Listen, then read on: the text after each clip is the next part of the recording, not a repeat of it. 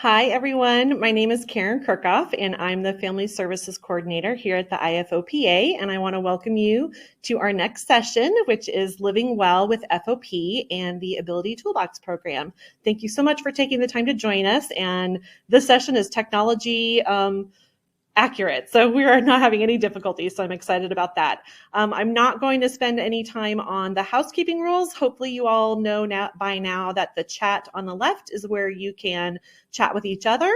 And the Q&A tab that you see on the left is where you can submit questions for us. But what I do want to let you know that is going to be a little bit different about this presentation is that one of our presenters today is from France and does not speak English. So for those of you who have not been using Wordly, which is the artificial translation that we use, you may want to right now go over to where that tab is next to the Q&A and click on the Wordly tab and click English if you're English speaking. That way when Laurent is speaking, if anyone has questions for him, he'll be able to see the translation, and when he speaks French back to us, we will be able to read and see what he is saying. So switch over to the Wordly tab, turn it on for English if you're English speaking, or whatever language you speak, you can see the translation for all of us. And then the chat where you normally chat with each other, I will have to chat in there with Laurent because he is also using Wordly. So if I have to ask him a question, I'll be typing it there in the chat. So he'll be able to see what you all are saying and asking in that chat that we all share. So let's get started with today's presentation. I want to talk a little bit first about the Ability Toolbox program, just in case. I know most of you are probably pretty familiar with it by now. But I just want to make sure that any new families that might be joining or anyone that's new to the IFOPA knows a little bit about what it is. So let me get the slides going here. Again, we'll talk to, these are our three presenters today. We have Emma Albee from Maine, and we have Kristi Gonzales from New Jersey, and we have Laurent Gui from Nantes, France. But first, what is the Ability Toolbox program?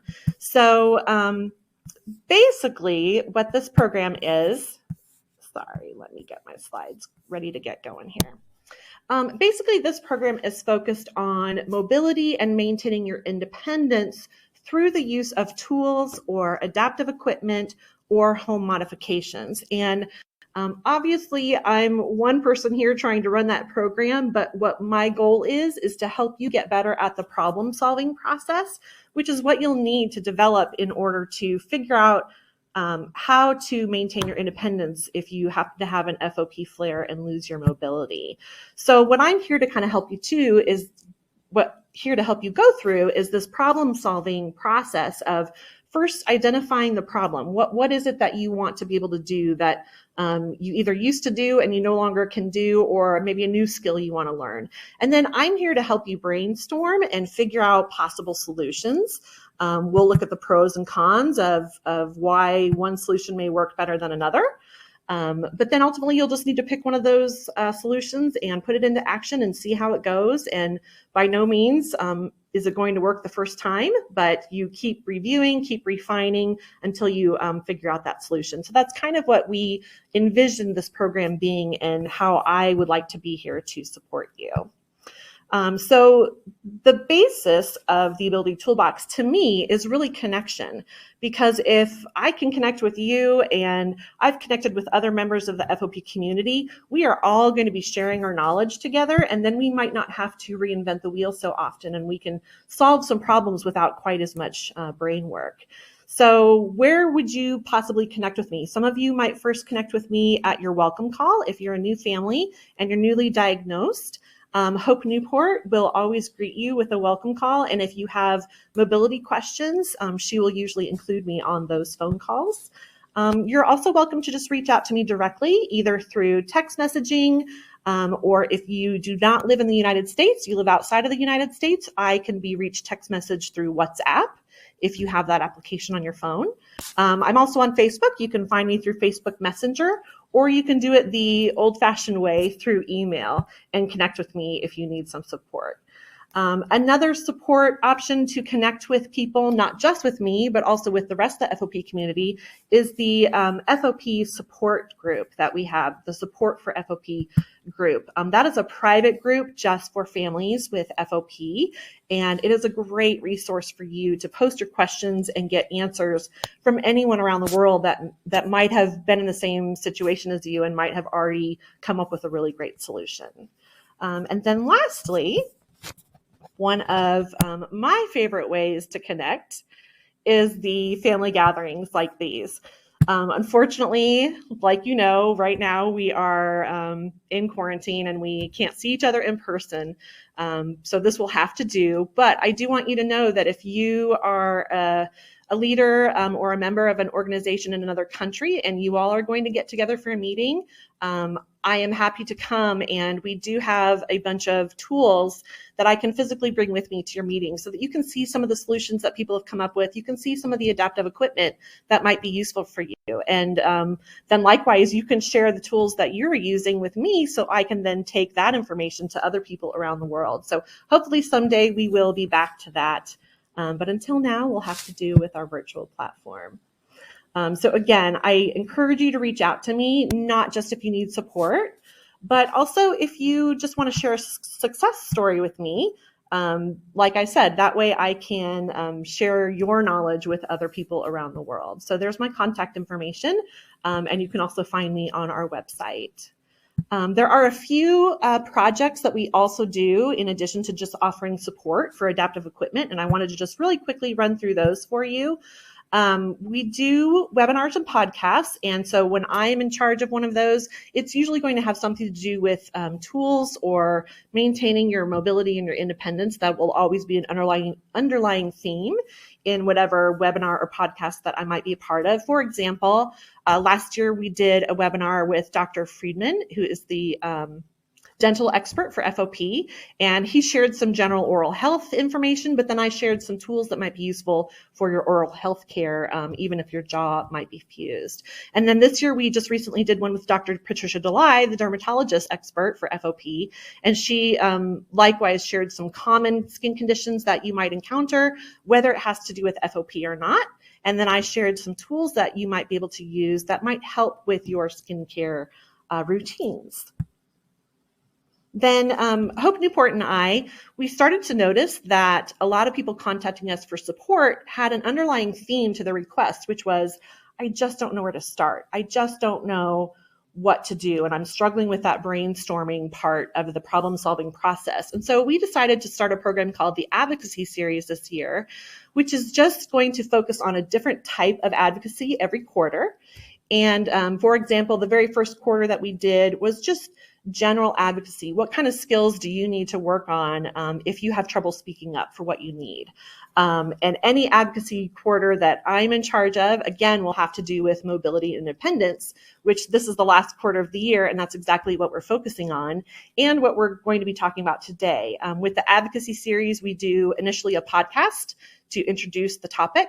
Then the next month, we will do a community panel, which is what today is going to serve as, is our advocacy FOP community panel, talking about how they advocate for their mobility and independence.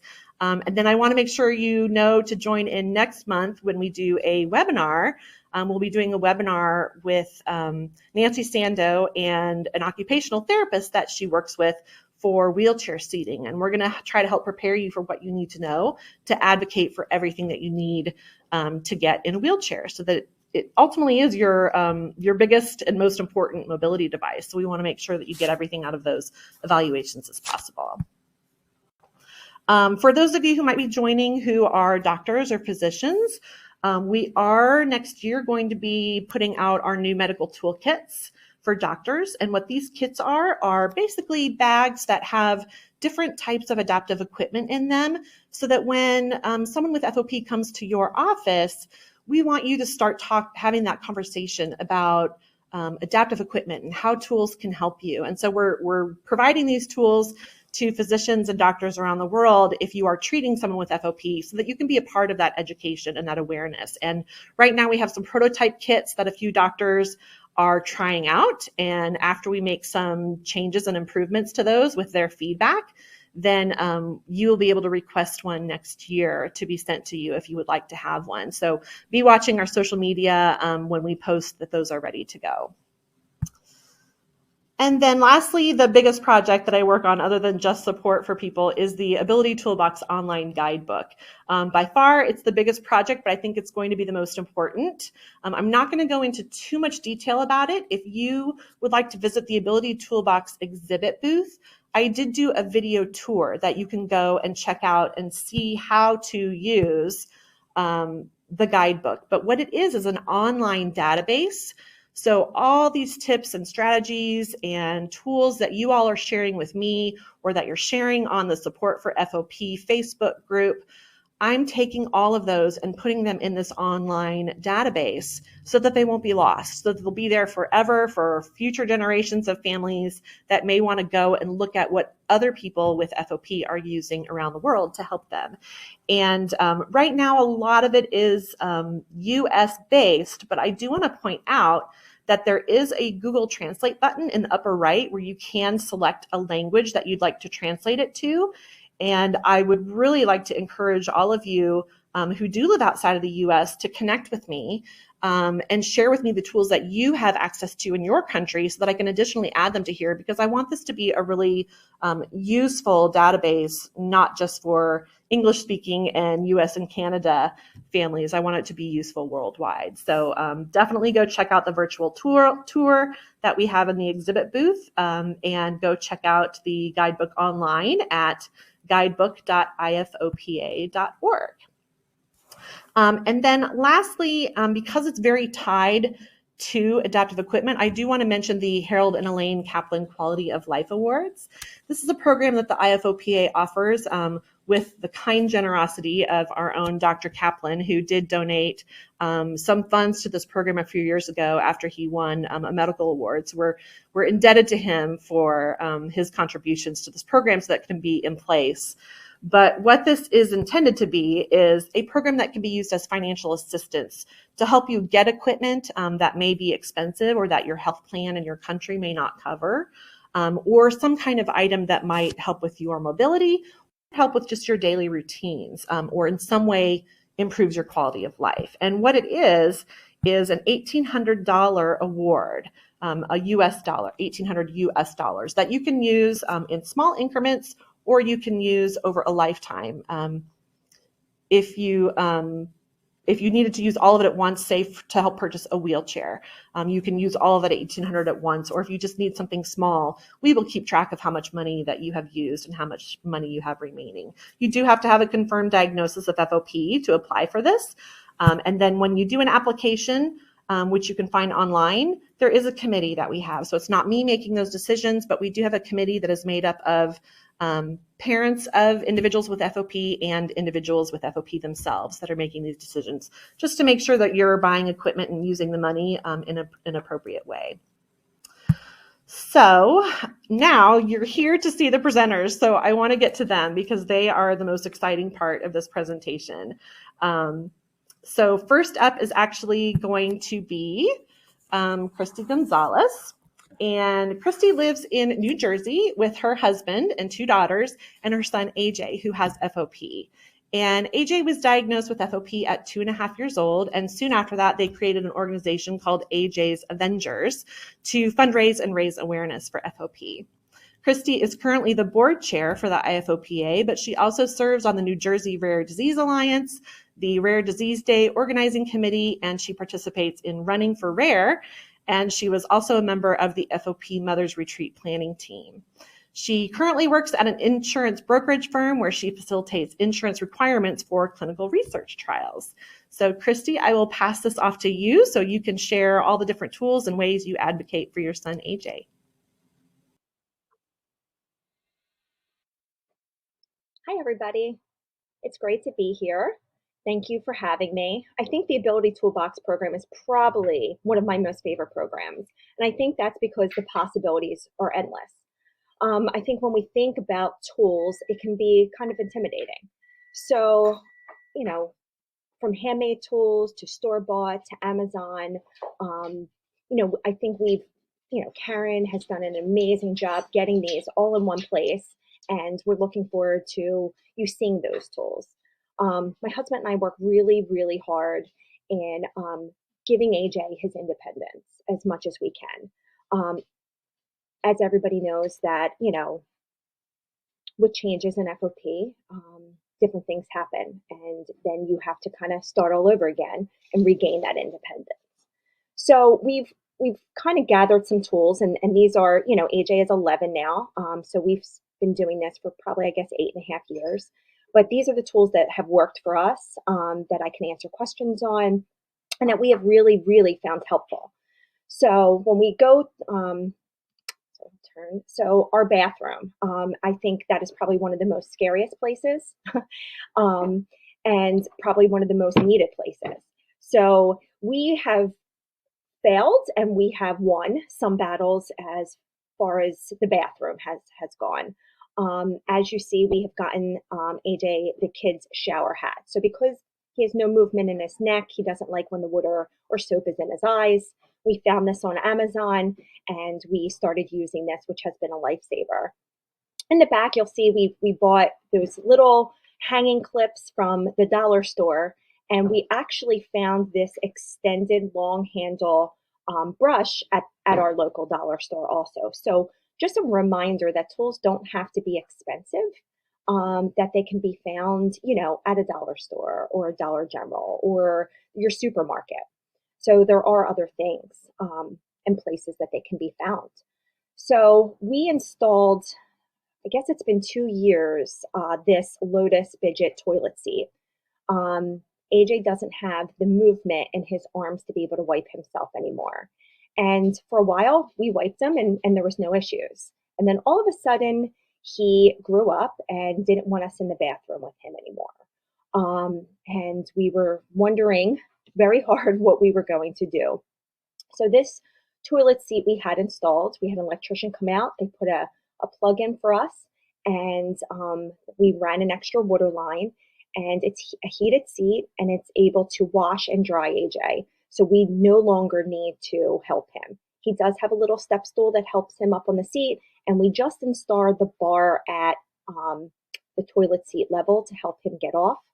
I have seen where people have tied rope to those bars and are able to actually lift themselves up. And we installed the same bars in our shower. We have tried, we were very lucky to receive an amazing shower chair, and AJ wanted no parts of the shower chair at all. So we put a special covering at the bottom of the shower so he can't slip, and then have recently installed 2 additional bars just to hold on to if he needs it. So moving on to our special tools, we also buy AJ some adaptive clothing. Not all of his clothing is adaptive, but some of it. This is from Tommy Hilfiger's adaptive clothing line. Looks like a regular shirt, but when you open it, you can actually see the buttons have magnets in it. So there's no buttoning. He doesn't have to do that. And it actually just literally with the magnet snaps right on. We were also having a major issue with the winter jacket. Because AJ's arms don't move back, we weren't sure how we were getting a winter coat on. I know a lot of females in the group use a poncho, but AJ did not want to wear a poncho. So what we did was we took his normal winter jacket, had the hood removed, and then literally cut the jacket in half and had a zipper put on the back. So when we put that jacket on AJ, we're actually putting it on with his zipper in the front that's zipped up and just kind of sliding it on up to him and then zipping it in his back. So then he doesn't have to worry about trying to bend his arms backwards. We found a local seamstress. I think she charges us like $13.50 a zipper, and it was an easy adaptive way for us to be able to keep him warm and keep a coat on. AJ also wears Billy adaptive shoes, and they can be found on Amazon or on the Billy's website. They've been amazing. Like most FOPers, AJ's ankles don't move. It's hard to get sneakers on and off. So what we do is we put AJ in that sneaker and kind of zip around, and they're already tied, which has been absolutely amazing. They are sold in wide because I know in our community that's another issue, but they've been amazing. We worked really hard with using a pick-me stick and a dressing stick. I will be absolutely honest, it's hard work. There's frustration. And I think I think sometimes that the frustration, when you think back, the independence that he gained by being able to dress himself has been huge. So we have a quick video of AJ using his dressing stick to remove his shirt. We'll play that for you now. What are you doing, AJ? I'm taking my shirt off. Good job. And as you can see in that video, he's just so proud of himself. And I think that's where, especially in pediatrics, the independence is huge, especially mentally. So Karen had come up with, I had called Karen and said, AJ wants to brush his hair on his own. What do you think? And she sent me these pieces to PVC pipe, and we figured out what would work for AJ. We put it together, and he's able to brush his hair on his own now. I think AJ's 11. The older he's getting, the fancier he says he wants to look. So, and we have a quick video of him brushing his hair for all of you. And I just quickly grab my back. And I push my grin.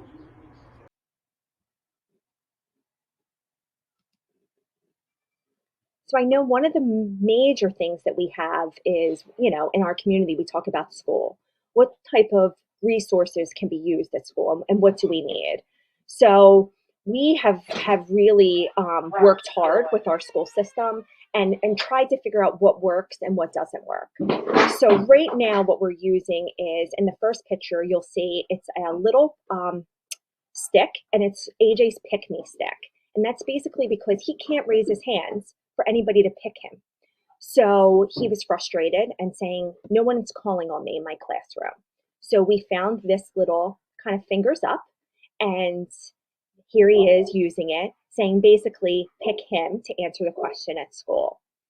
We were able to get AJ a new desk at school. It is actually slanted, and with a new desk, there's no room to put your tools. So we came up with, the second picture shows we zip tied some baskets on so he's able to reach his accessories that he needs, his pens and his pencils.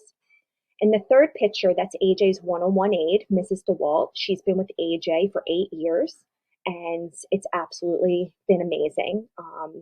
And you'll see that when AJ, prior to going to middle school, had this black mobile desk that was carried from classroom to classroom with an additional slant board. Since then, AJ, this year, he's gone to middle school, and things have kind of changed a little bit. We kept the desk. We gained a swivel chair because AJ had explained to us that even though he's facing the classroom, if somebody's speaking at the front of the classroom and moving back and forth and speaking, he couldn't move to see them. So we went with the swivel chair. It does lock, so he can't kind of scoot around or fall. And we moved to an activity chair that you'll see in the third picture. And that activity chair is actually used in our lunchroom. Our lunchroom in school is made up of basically picnic style tables, and AJ can't get in or out of that. So what we did was we got this, it's a wombat activity chair, and that is on the end. And we picked a low traffic area and got AJ stationed with some of his friends at that picnic table, and AJ sits at the end. We had also never thought about an evacuation plan in school, that if there's an emergency, what do you do? And we created that this year for the middle school. And in creating that, we got a wheelchair for the evacuation plan, that if he's not able to move quickly and there's a fire or there's something else happening and he needs to get out, this is actually positioned on a hook outside of his classroom that the teacher or the one-on-one aide can grab, bring down, open, and get him out as quickly as possible. We also ran into an issue at our school, which is shocking, but our school is not handicap accessible at all.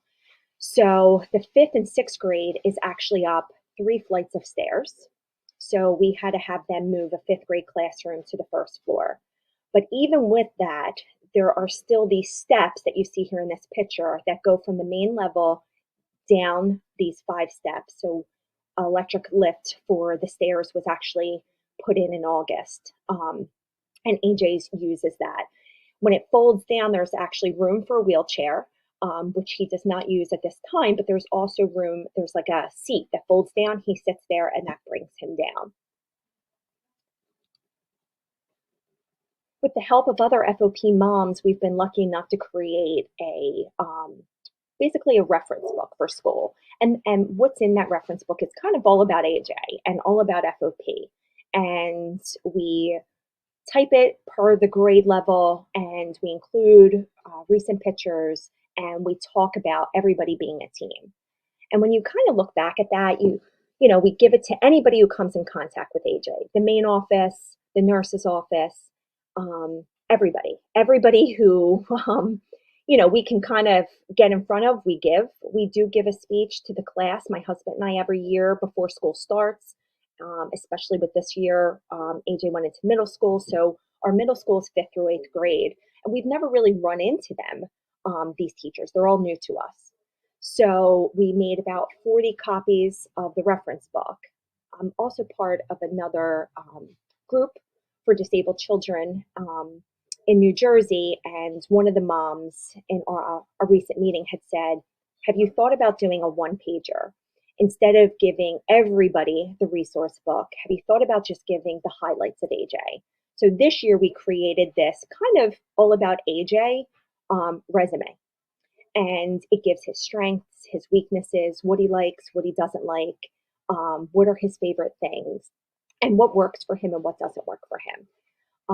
AJ likes to know what's happening. He likes to know the schedule ahead of time. So this kind of let everybody know, and it was kind of a quick read. And we got an overwhelming response about this. I like to say not everything is, about school and home and dressing, but there are amazing resources out there. And AJ was gifted a bicycle through our children's hospital. And in the beginning, he absolutely loved it. He was able to ride. He thought it was phenomenal. He did have a little fall on our bike, and he has refused to get back on it since. So we always say, being safe, being careful. I will say we were very honored to have gifted this bike to a local children's hospital inpatient rehab recently.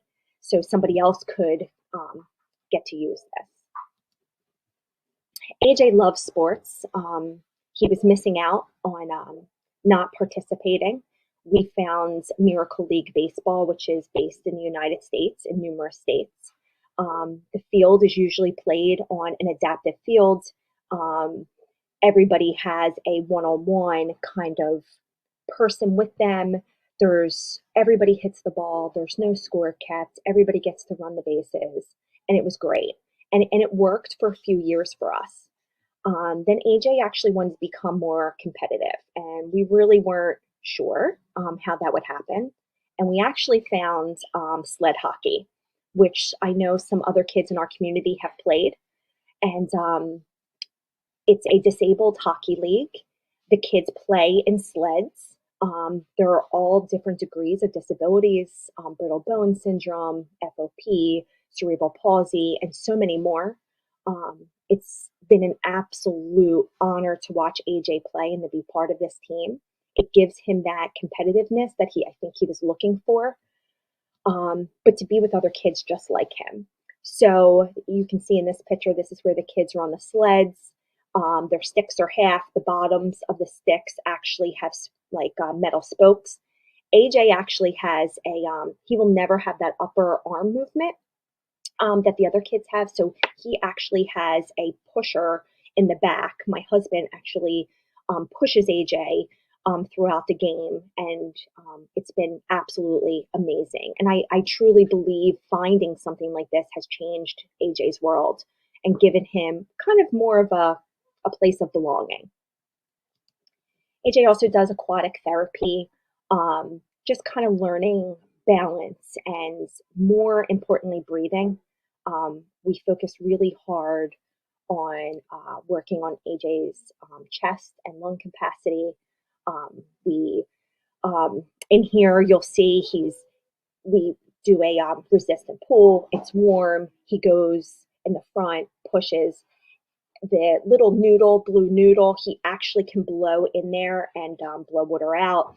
It's been very, very good. Unfortunately, due to COVID, we haven't been able to go back. They're only taking the worst cases in the pool at the moment. We're hoping maybe within the next few months that we can get back. But I mean, if anybody moving forward has questions, I don't know adult tools, and that's what Laurent and Emma will speak about. But pediatrics has kind of been our thing, and we're proud to have been a part of these different things and to kind of bring them forward. There's other options and other opportunities. I don't want people to ever think that their kids can't be part of something or part of something more. There is so much more out there, and Karen can help you with that, or myself. And thank you.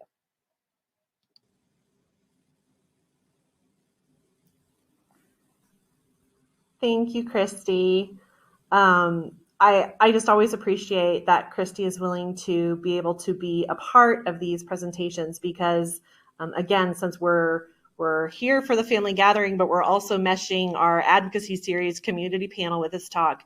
Kristi has always been such an amazing advocate for making sure her child can be a part of all the things that his peers are a part of. And I know that's a very tricky tricky thing to navigate, and it's a personal preference for every parent, but I definitely appreciate that Kristi has always tried to provide AJ those opportunities so that he can maintain his independence and still be a kid enjoying some fun activities. So thank you, Kristi. Next up, we are going to move a little bit out of pediatrics and a little bit more into adult, but we have Emma Albee joining us from Maine in the United States. And Emma was diagnosed with FOP at the age of 9 in 1998. And unfortunately, her FOP progressed pretty quickly after she was initially diagnosed.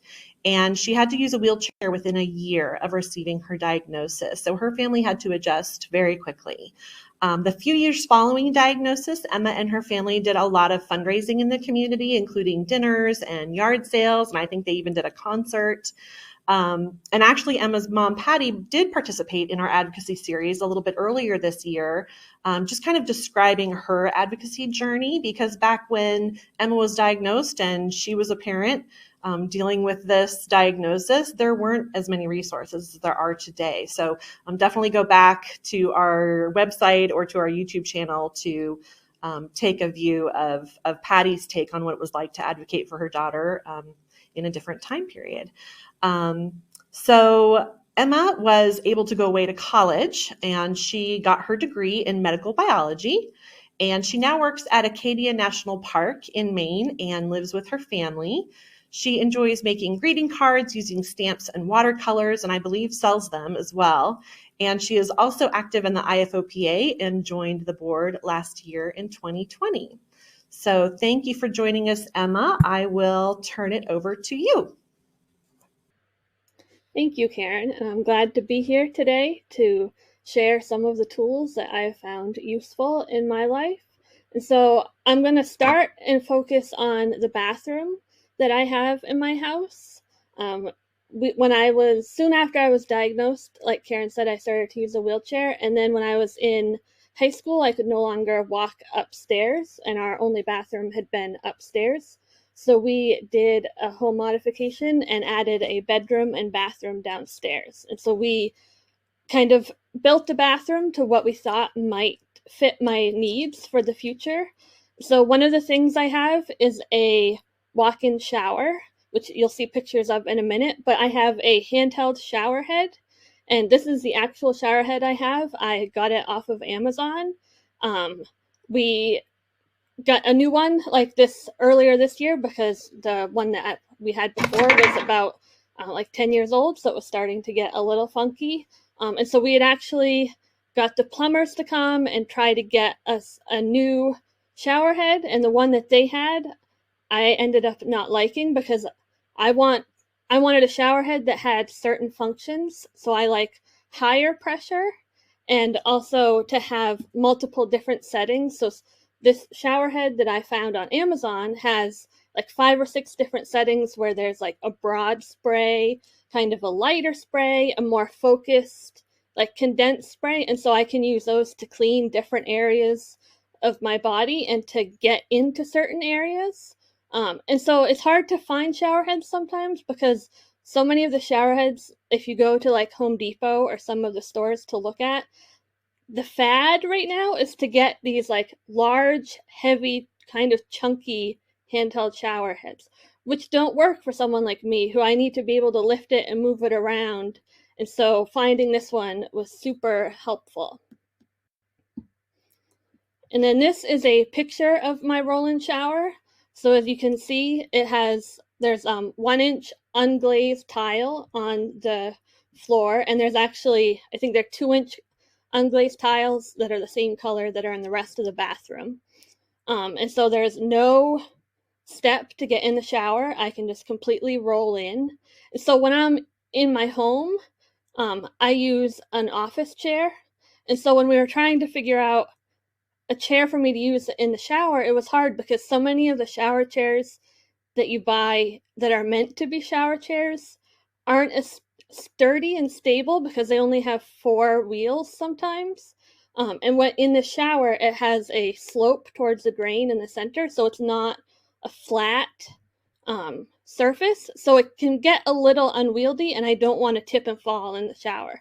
And so I'm used to sitting in an office chair. So we found it's just a regular old office chair that has a mesh seat and back.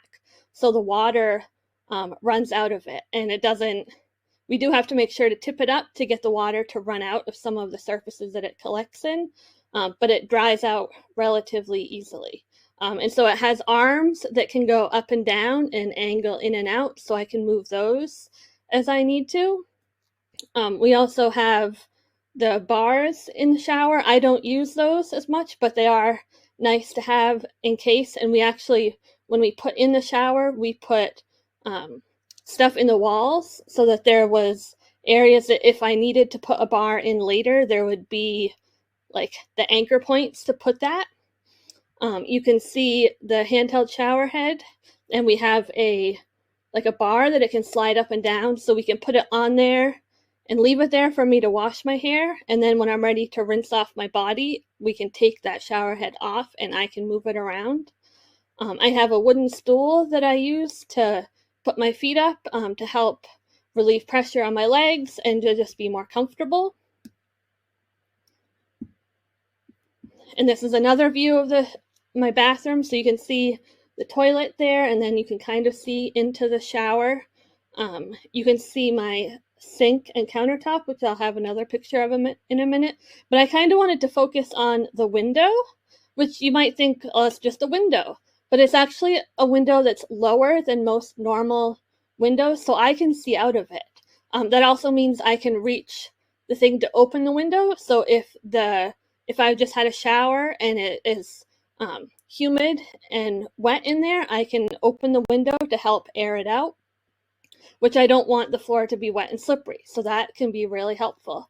And it's also nice to just be able to see out the window. It looks out into kind of the woods, and we can see we have deer go by, or I can see if people are coming to our house. And so it's nice to just be able to look out the window sometimes. And we actually have lowered windows in throughout our house, in my bedroom and in other areas, so that I can see out to see what's going on. And we have a door that has quite a large window, so I can see if people are coming up to the door rather than just seeing when they're directly in front of the door.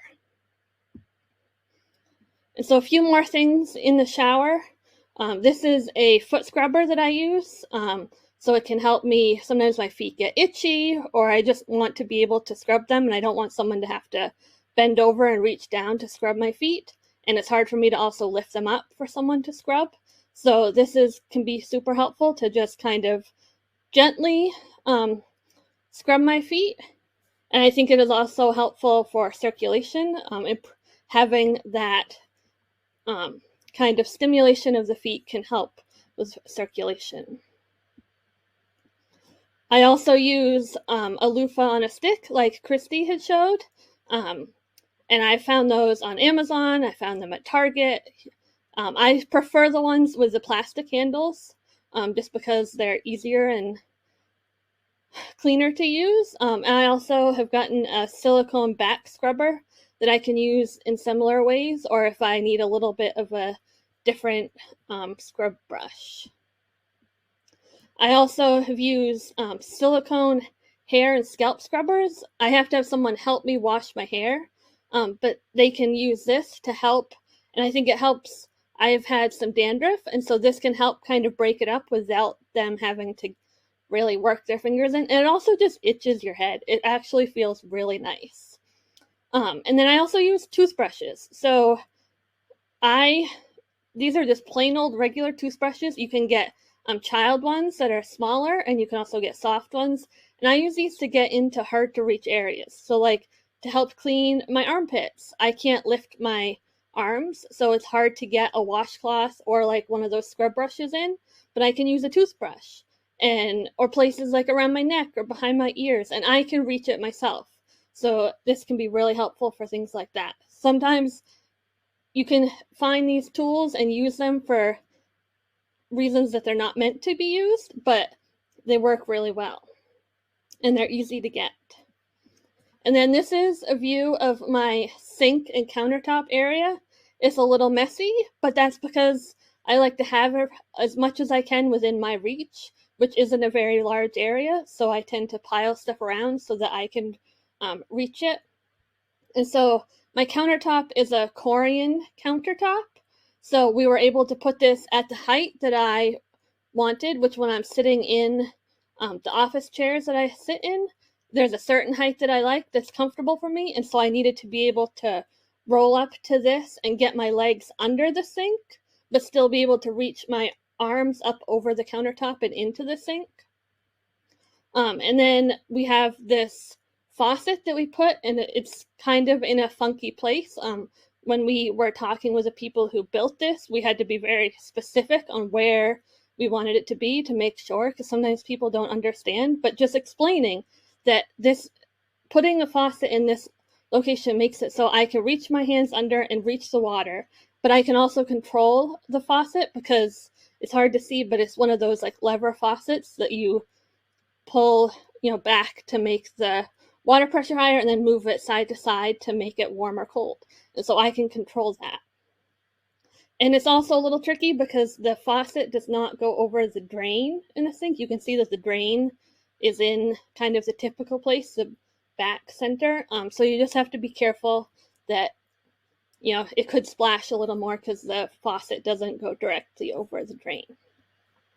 You can also see the mirror a little in the second picture that is lowered so that I can be able to see myself in the mirror, which is super helpful.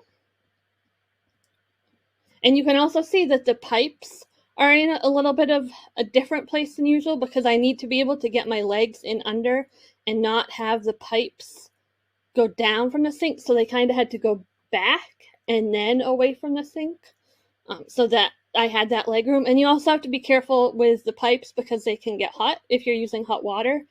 So to have those away from my legs is important. And then a few other things that I have on the countertop. So I use an electric toothbrush to brush my teeth. And I found that the ones with the small round heads are super useful because I can actually get those in and around all of my teeth relatively easily. And actually my dentist is surprised how well I can clean the very back of my mouth because the head is so small, I can move it around and get it right into the back of my teeth, which is super helpful.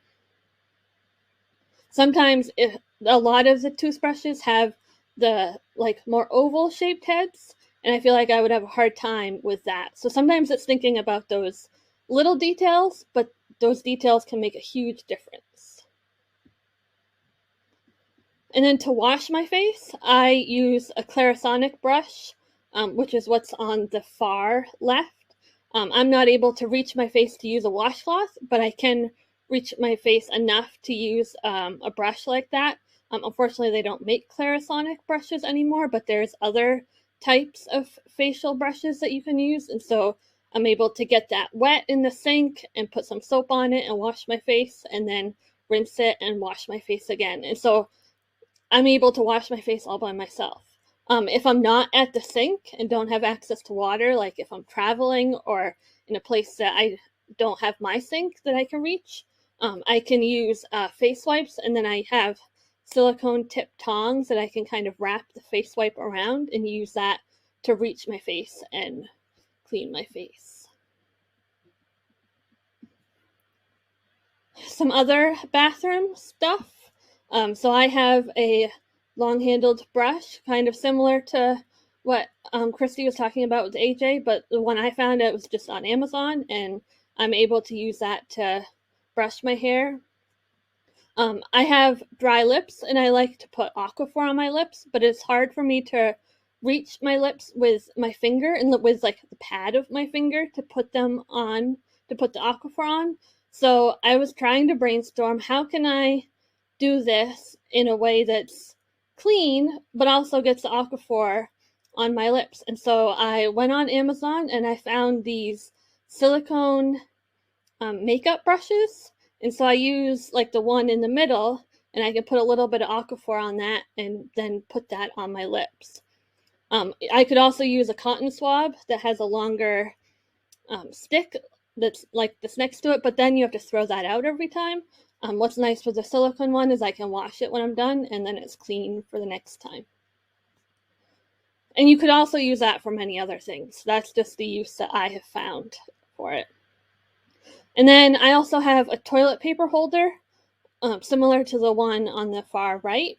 And it's super helpful because you can slide the toilet paper on and off, but you can move it around. So I can move it so it's close so I can reach it to get the toilet paper off.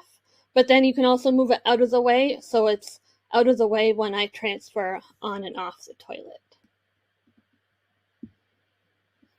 Now I'm going to talk about just some other random items that I use around the house. So like Kristi was talking about the coat with AJ, I have found this, I think it's called an angel wrap on Amazon. And so it's super soft and warm, and I tend to almost never wear a coat. Even when I go outside in the wintertime and live in Maine, I hate coats.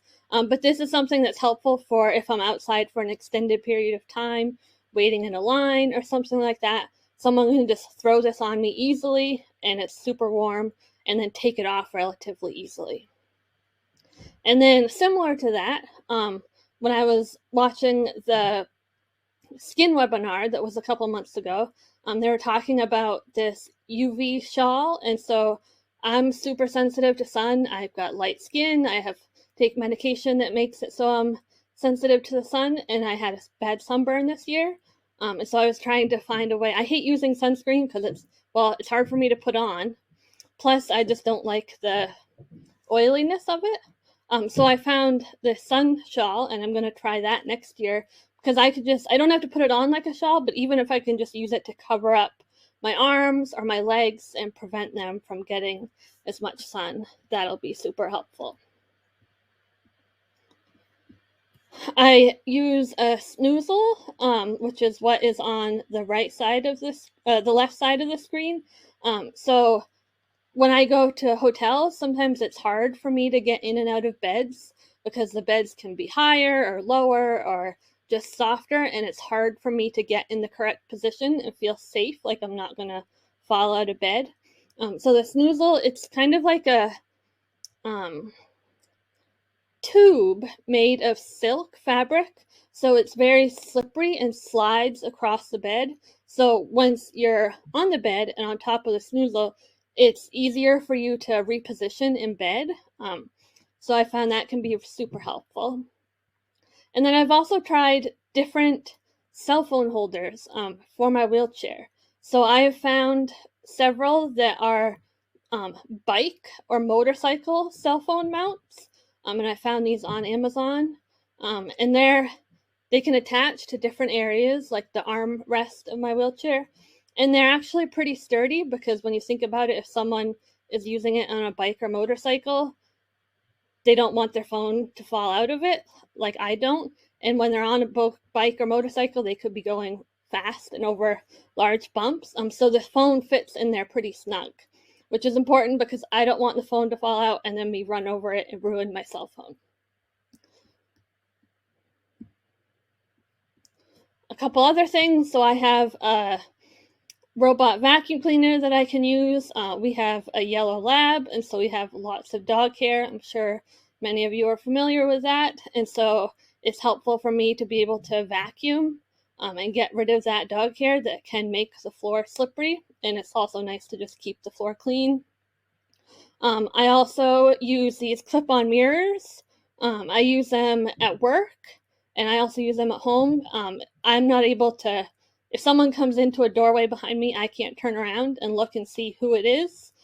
Sometimes at work, someone will come and stand in the doorway and just start talking, and I don't know who it is. And so these can be super helpful to be able to see what's going on around you. This is me at work before COVID. And so a couple things I use at work. When I'm on a desktop, I use this rollerball mouse. I'm not able to reach to the side to have a typical computer mouse. So the rollerball mouse is actually right in front of the keyboard. You can see the like black oblong thing with the gray buttons. And so that's super helpful for me to use the computer at work. And then when I'm at home and on a laptop, I use the laptop stand that you can see on the bottom. And that's helpful because it raises the laptop and angles it so that I can reach the mouse, but also the keyboard. And then as Karen said, I also make cards and like to do other arts and crafts. So I use a rolling table. I have multiple of them, and it's nice to be able to put the stuff on them and kind of spread out and then be able to move it around a little, move it out of the way if I'm taking a break, or things like that. And here are some examples of my cards. I also have a rolling table like this beside my bed that I can put my cell phone and a clock and my glasses and things on, and so I can move that up to my bed so I can reach it while I'm in bed, but then when I'm ready to get up, I can move it out of the way so it's not in the way. And thank you very much, and I look forward to questions. Thank you, Emma. Emma is also one of those people in the community that are just so creative and so good at brainstorming and never giving up and coming up with ideas that will work for her. So thank you for sharing all that, Emma. And I just wanted to point out that, Emma shared a lot about her bathroom, and home modifications can be a very daunting thing to do, especially when you're trying to think ahead into the future, because as we know, if you modify your home to work for you the way you are now, unfortunately, FOP can change that at any moment. So planning ahead is very important. And again, that's kind of what we're here for, is to try to help think through any possible scenario that might come up, so that if FOP does change your mobility or your body position, you'll still be able to use some of the home modifications that you've made. So check to the exhibit booth for the Ability Toolbox. I did put a couple of checklists in there of things to think through if you're remodeling a bathroom, and things to think through if you're remodeling a bedroom. A community member had reached out to me and they were remodeling their home. And so I researched a bunch of reference books and things about home remodeling and put together one big checklist of all the different modifications and ideas that you might want to think about before you start a big project like that. So thank you, Emma, for doing that. Next up, I'm really excited that we have Laurent Gui joining us. And I actually did not think he would be able to join us because of the time difference. So I'm really excited that he is here. Before we show his video, I just do want to remind you that if you have questions for him, Now would be the time to go over into the chat and click on that Wordly tab and just make sure you've changed it to English if you are English speaking, so that when we talk afterwards and have our Q&A session, if he answers something, you'll be able to understand him. And I will have to type questions and to him personally in that group chat, so you may see me in there, but that'll be the best way that we can communicate with him. So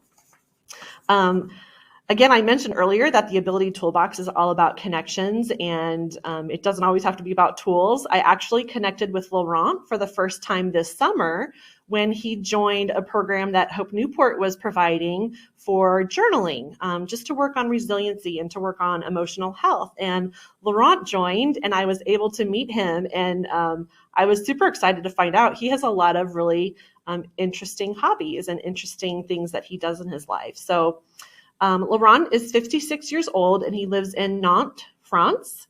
He had his first FOP flares when he was around 8 years of age, but wasn't actually diagnosed until about 10 years of age. He then continued to have flare-ups all the way up until he was around 16, but then not again until he was 30 years of age for a year or two. And then lastly, he had his last significant flares when he was around 50 years of age, which is what resulted in his need to use an electric wheelchair. And so he's been in an electric wheelchair since 2015. And he also now uses assistants that help him with his daily care. Laurent shared with me that he lives in a slightly adapted apartment, and he receives support from his partner, Helene. He also told me that professionally he has lived several lives. He has a diploma in dental prosthetics. He also did video surveillance for supermarkets. And then his most recent job, the last job he held, was he was an accounting assistant with a degree that he pursued when he was 40. So you're never too old to learn something new. And I love Laurent's attitude advocating for himself to still be involved. He no longer works, but he keeps himself busy with taking care of the employment of his care attendants because he is their employer and he treats them as such. And he keeps in touch with his parents and his two siblings, and he loves getting out in nature or taking trips traveling when he can. Unfortunately, right now, none of us have been able to. He also has a very interesting hobby that I'm not going to talk about now. I'm going to wait and let you see for yourself in his video, because again, he is a great advocate for still participating in things that he loves despite the mobility challenges that he has due to his FOP. So I am going to play his video, and then we can come back together when that is done.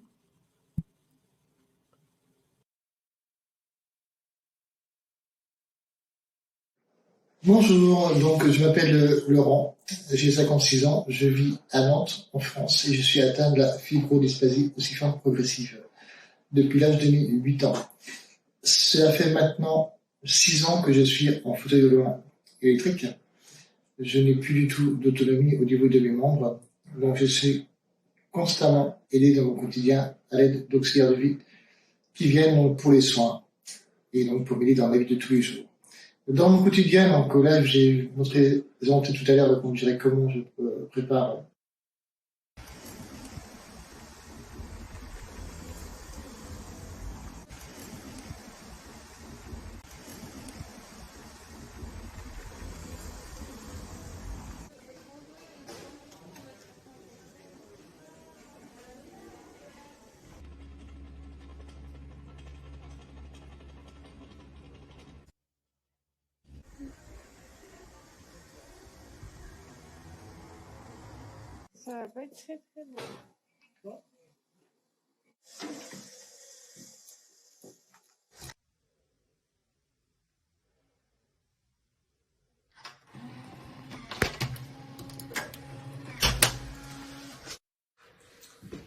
Opération déshabillage du vêtement du haut quand je suis au fauteuil.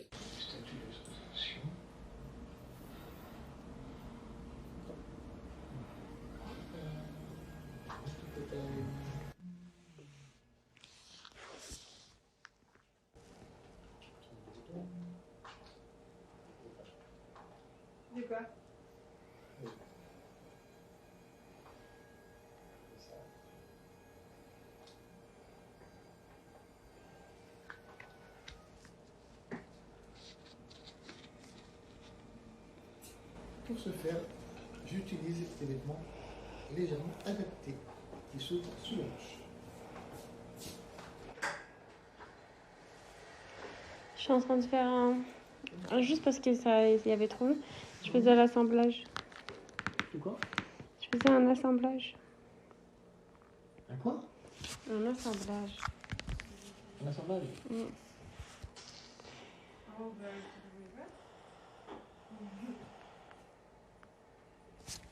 C'était cool comme ça.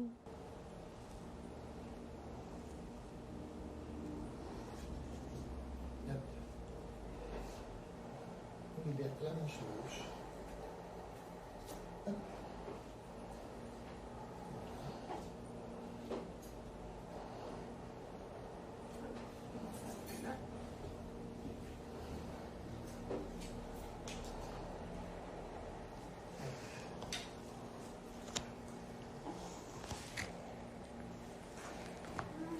Voilà.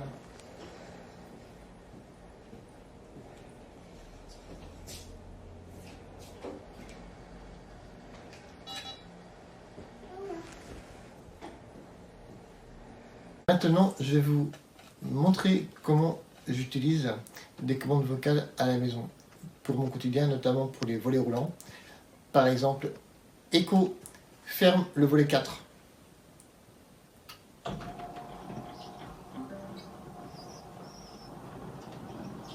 Echo, ouvre le volet 4.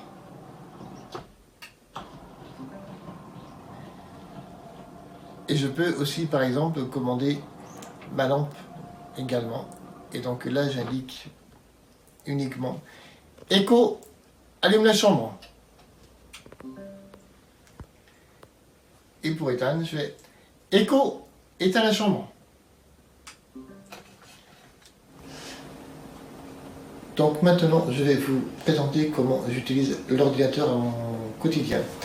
J'utilise donc pour ce faire un clavier sans fil, où j'utilise le pavé tactile avec mon main droite et le clic gauche qui se trouve là. Côté ordinateur, par contre, j'ai branché donc sur la télé qui se trouve juste devant moi. Et donc je vais piloter comme ça l'ordinateur. Je me sers également pour écrire, notamment des messages, du pavé numérique virtuel qui me permet, comme je dirais, de pouvoir écrire ce que je veux et faire mes recherches éventuelles également. Donc c'est ainsi que j'utilise l'ordinateur dans mon quotidien. Là je vous montre également au niveau des doigts comment je fais de mon côté. Donc oui, donc là j'ai mon doigt qui glisse sur le tactile qui me sert de souris. Et donc je peux cliquer sur ce dont j'ai besoin à l'écran. Et je valide avec la main gauche en appuyant sur le bouton jaune. Voilà. Donc maintenant, je vais vous montrer comment je fais pour boire quand je suis tout seul, notamment les après-midi. Donc pour ce faire, hop, un peu complexe, mais j'y arrive. Je prends donc ma pince de prévention. Ensuite, je récupère le tuyau qui est branché donc sur une bouteille d'eau.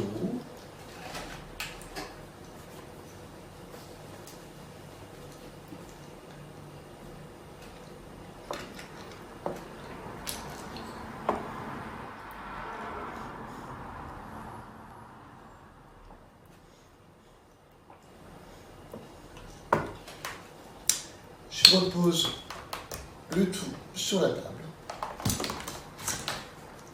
Et voilà, comme ça, j'ai pu boire un petit peu.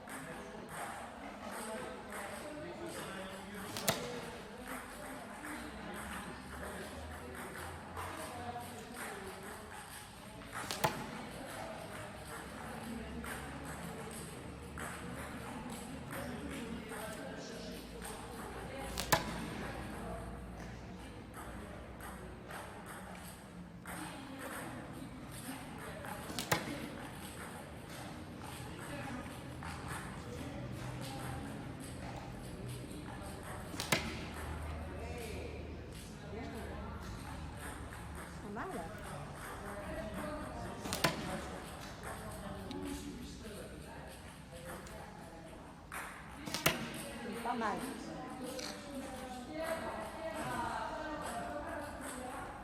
tu peux recommencer tout ce que tu veux après, t'inquiète pas. Voilà.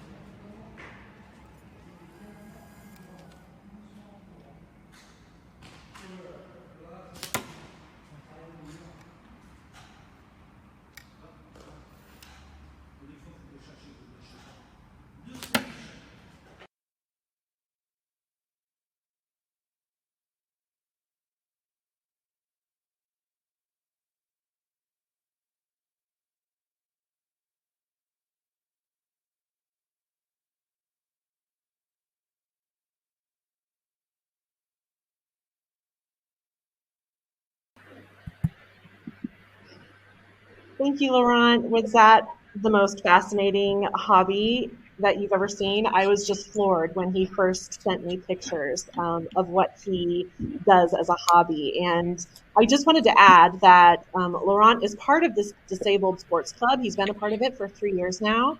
And he's actually been the president of the club for J'étais 1 juste year. abasourdie And lorsqu'il m'a envoyé pour la I première think fois that des you photos all will agree with me that his accuracy is amazing. He's doing rather well in his club, and they have 5 club members, and they travel together in an adaptive van to get to their competition. So I was just so amazed when he shared with me what his hobby was. And I think earlier today, Dr. Keene was talking about lung health in the complementary therapies discussion and was talking about singing and playing a wind instrument. But if none of those interest you and you want to work on lung health, I mean, this would be a really fun, amazing way to do that. And Laurent shared with me that both people with disabilities and able-bodied individuals can play this. In fact, I think I might even have to try it myself. So thank you so much for sharing that with us, Laurent. It's completely amazing what you are advocating for still being able to participate in. I wanted to just, before we go to Q&A, thank everyone who makes this program possible. This all started with Amanda Callie, who I'm sure many of you in the FOP community know. But she started back in the days before the IFOPA was the size that it is now. And she started seeing the need for people to learn about tools. And she started collecting them, and she started bringing them to the family symposiums that Jamie Pieper was hosting, and it just has grown and grown into the program that is now today the Ability Toolbox program. So thank you to Amanda Callie and the Radiant Hope Foundation for that, as well as Ipsen and Regeneron, who continue to fund us to keep this program running, and Blueprint, who initially helped us get the online guidebook developed so that we could share that database with everyone. So I'm going to stop the slides and go to some question and answers. Let me see. We did have a question, Kristi. This is for you. Someone wanted to know, when did you start introducing AJ to tools, and how did that go, and why did you start introducing them at the age that you did? So I think we actually probably started earlier before AJ needed tools. We were told in the beginning that if we treat AJ like he's disabled, he will be. And if we treat him that he's capable of the world, he will be. And we started doing like fun things with tools. You know, in the fun zone, Karen and Lexi do a lot of these fun games with pick me up stick and a grabber and just different things. And we started that way. So tools weren't scary for him and it was almost fun. And then little by little, as things started to change, almost before he wasn't able to do it, we started working on them. Like, okay, I'm losing more movement and I can't get my shirt on or off. So let's start using this. And then it wasn't more of a chore. It was more that he was learning. We didn't have to practice all the time, and then he got it. So he was kind of ready when he needed it. So I would say we started probably around 5 or 6, I would say.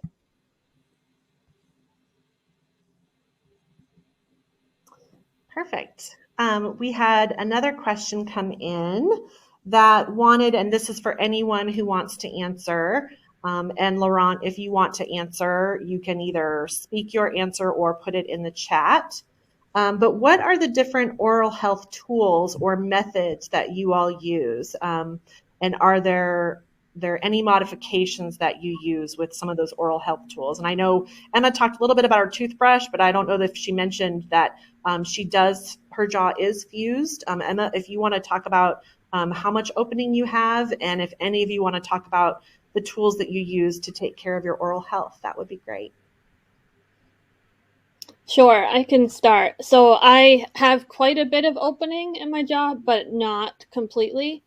So I am able to use, like I said, the toothbrush and get in and around all of my teeth. That's really the only thing I do for oral health right now. I go to the dentist every 3 or 4 months and get a teeth cleaning. And so they're able to kind of pay attention to how, if there were areas that I'm not able to reach anymore, they would be able to help me figure out, where those areas are and how I could try to get those cleaner. But right now I'm able to use a toothbrush and get my teeth mostly clean that way. Thank you, Emma. And like I said, we did do. Oh, go ahead, Kristi. I'm sorry. I think for AJ, we use the same toothbrush Emma uses, a power toothbrush. It has the smaller head. We've realized that works better. AJ lost some movement in his jaw, so we have to work harder for those areas. That's Alexis reminding me. We use a special cup. It has this cutout in it. So we put his mouthwash in there. We use a medicated mouthwash. And then when he goes to use it, it fits over his nose. So he can get it back so he doesn't have to move his head. So we use that. We actually use these cups for the bathroom and every day if he's not using something with a straw. And I don't know if I said this, but we use an FOP dentist recommended a medicated toothpaste and mouthwash for kids just to help. Yeah, and I just wanted to reiterate that we did do a webinar with Dr. Clive Friedman last year, and he did talk about some of the different products that can be used. You still want to talk with your dentist, and I know that Clive is always willing to consult if you have specific FOP questions that your dentist is not able to answer. So please reach out to me. I can connect you to him. But also go check out that webinar that we did last year. It's on our YouTube channel. There's a lot of really great information about how often you should see your dentist, what kinds of tools are out there. There are some specialty toothbrushes. They can be hard to find, but they have smaller heads or not as many bristles, and sometimes that can be easier to get through any gaps in your jaw if your jaw is fused. But sometimes it's not possible at all. Sometimes your jaw might be completely fused. And then like Kristi said, there are medicated rinses that can be used, but you should be followed by a dentist to make sure that you're using the appropriate one for whatever type of oral health conditions you might have going on in your mouth. So thank you for asking that question. That was a very important question, and oral health is a very important thing to make sure that you maintain because oral health affects your overall health. Emma, we had a question for you. I mentioned in the bio that you went to college, and there were some questions about what types of modifications or tools did you need when you went to college? So I used the same kind of shower chair when I was in college. In the different dorm rooms I had a roll-in shower, so I was able to use that there. We would actually take it back and forth. So I would use it when I was home for the weekend or the summer and then take it to college. I went to college like 4 hours away. So we would load it in the back of the van with all of my other books and stuff and take it back and forth. In the bathrooms that I had in college, I wasn't able to use a sink. It wasn't an adapted sink, so I would have to have someone help me wash my face, or like I would brush my teeth and then spit into a paper cup because I wasn't able to reach the sink. And then for like schoolwork, I would have either special desks. Like I said, I was in medical biology, so I would have labs. So I would have to get special tables that had like the certain type of top that was like fireproof and chemical proof and all that stuff. So I would work with the disability services people to get a table that would work for me and to put it in the lab areas so I was able to access it. And then like if we had lab tests, sometimes I would do the tests by myself with the professor, because he would have to bring stuff to my table instead of me going to all the different stations like everyone else did. And then I also had, like I would look at my classrooms ahead of time to see where it would be best for me to sit so that I could get to my seat easily, and also see the chalkboard or whatever type of presentation that they were using. Thank you, Emma. That's great advice. Again, you can see how advocating for your independence has a lot to do with tools, but it's a lot to do with just your advocacy skills as well. So very important to work on that in addition to just seeking out the tools that you need. We did have a question for Laurent, so I want to see if we can do this. But someone had a question if Laurent had a seamstress adapt his coat or if he purchased that way. So let me type this. Laurent, was your coat adapted or did you buy it that way? Let's see if this works. Again, if you're English speaking and you turn on your Wordly, if he speaks his answer, we'll be able to understand.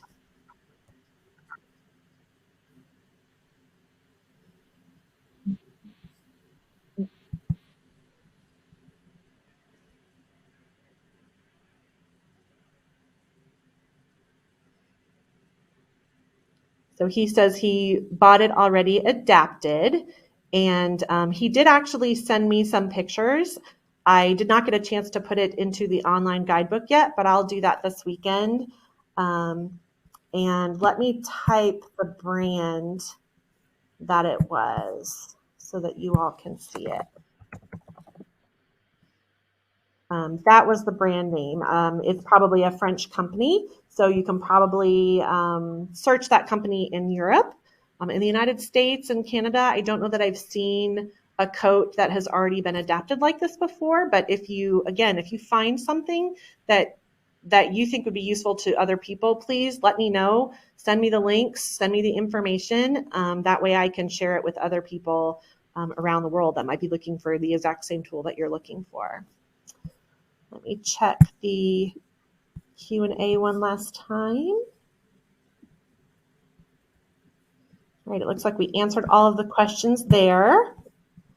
So I think that will conclude everything for today. I do want to say that I know a lot of people really love this presentation. And if you want to hear some more about what other people around the world are doing to stay independent and what kind of tools they're using, we do have a small group discussion tomorrow. Sharon Cantani is going to be hosting that, and it will be in a Zoom platform. So it'll be a little bit more open to dialogue and asking questions. But there's a few community members from different parts around the world that will be sharing tools that they use and strategies that they use to stay independent. So if you want to hear even more about this topic, then tune in tomorrow for that. And then I believe that we will see everyone again at about 2:50 Eastern time for all of the small group discussions that we have today. We have one on empowering young adults with FOP that will only be open to people ages 18 to 40. We have a Medicaid and a waiver program discussion, which is more U.S. based, since those are programs in the US, but anyone's welcome to join if they want. But that's a discussion about what those programs pay for and maybe how to get some additional equipment through them if it's possible. We have a small group discussion on pursuing a career and following your passion that is open to anyone. And then we have the Road Less Traveled, Life with FOP and Beyond, which is a workshop that's intended for caregivers. So after the comfort break, we will see everyone back at about 2:50 Eastern time. And then don't forget tonight at 7 p.m., we do have the Share Your Strength talent show, which is always a lot of fun for all of us to join and not only see each other's talents, but just connect one last time before the weekend is over. So thank you again to our presenters, Emma and Kristi and Laurent. Thank you so much for being willing to share what you use to stay independent. And again, thank you to our sponsors and thank you to all of you attendees for joining today. We'll see you again real soon. Bye, everyone.